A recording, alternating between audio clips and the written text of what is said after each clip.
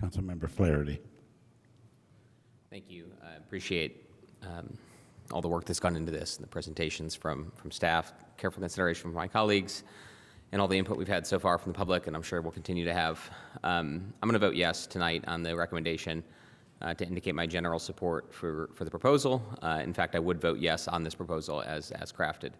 I think what I'm getting from my colleagues is that this proposal will not pass, but again, I wanted to indicate my support for it. And I just have a few comments related to that. Jeff Meese was here last week sharing an analogy about pie and how over the decades of his business, even though the business got a lot larger, the percentages allocated to things like profits going to member owners, employee owners, and things like that always stayed the same, because no matter how big the business got, the company got, it was just the same proportions, right? Because the pie also got bigger. And the question was, the implication for city government was, why do we have to add? Shouldn't the same pie always be enough, even as the city grows?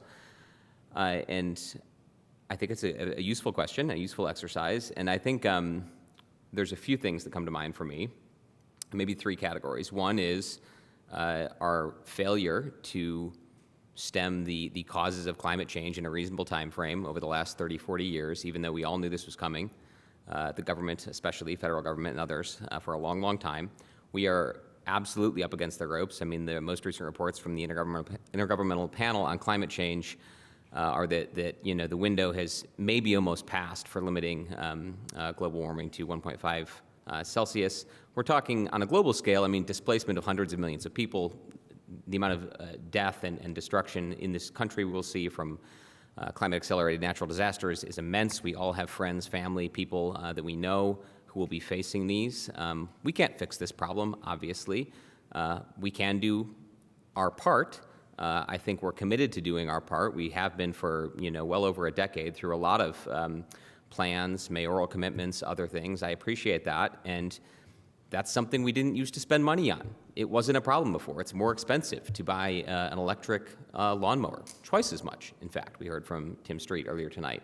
There are other things like that that are justified because of the dire situation we find ourselves in from a climate perspective.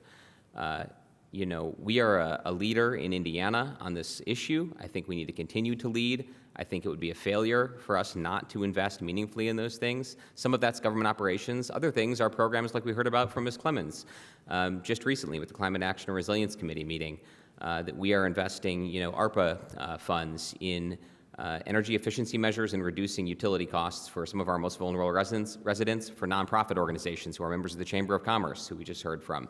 We are directly investing in things that reduce our fossil fuel consumption and carbon footprint while helping our residents, especially those who are most vulnerable to these impacts, most vulnerable to increased costs, helping them do better.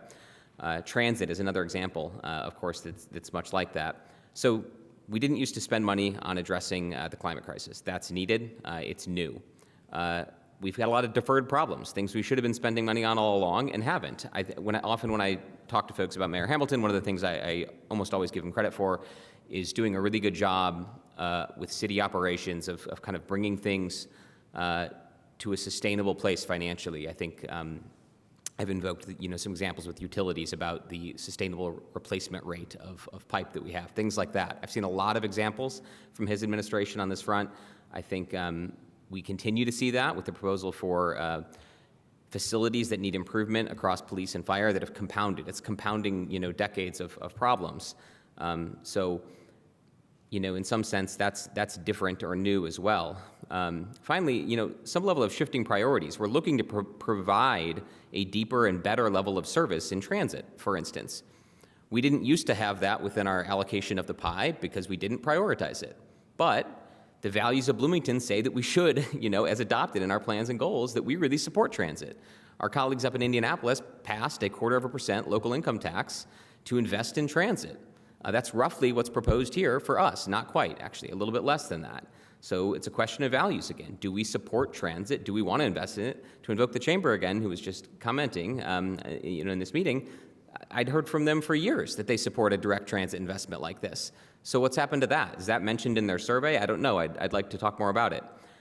So those categories, taking real action on climate, deferred problems that this administration frankly didn't create, as well as shifting priorities for the better, I think, investing in equitable improvements for folks who are not choice riders, to invoke the term that Mr. Connell used earlier, but folks who have to take transit and really struggle because it's not a high quality, as high of quality of service as we could provide for them.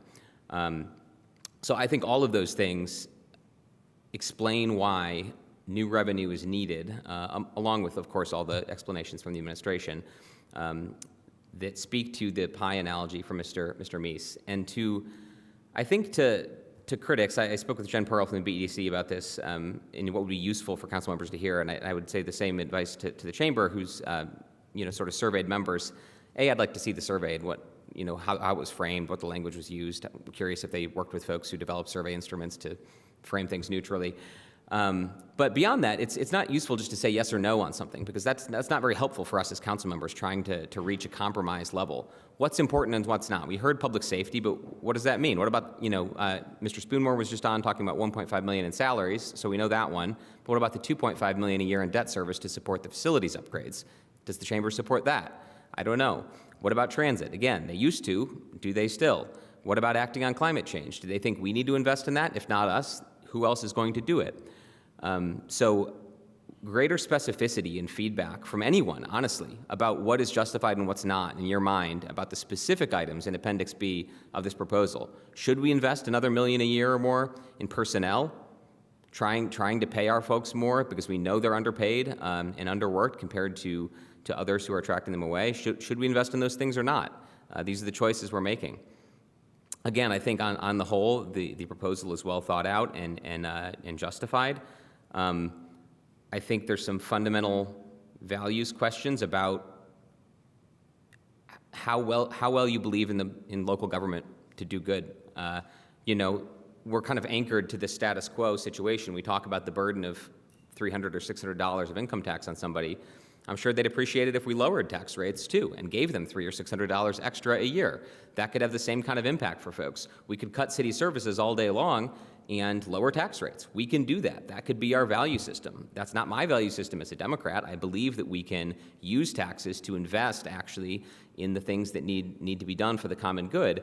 But I think that there's that dynamic here. It's easy to fall into this kind of anti-tax dynamic that just assumes all taxes are bad because the potential to impact someone's finances. And that's not to make light of that issue. It's real. But, not investing in transit also has an impact on people's finances and quality of life, people who have to take that service. So I think that's something that needs some discussion about what our values are as 9 Democrats on this council, whether or not we believe in government to invest in our people and support that. And finally, I'll just note that kind of in the interest of compromise, I've been playing with the proposal while we're up here this evening and looking at what I think is most needed and reasonable to cut. And I think the proposed rate is 0.855. In working to meet my colleagues somewhere in the middle, at the very least, I think I can come down to 0.65 and find a balance of what I think is most essential.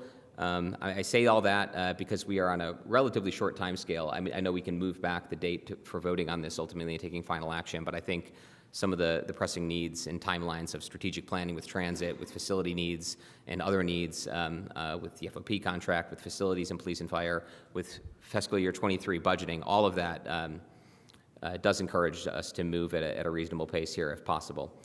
So that's it from me. Thank you.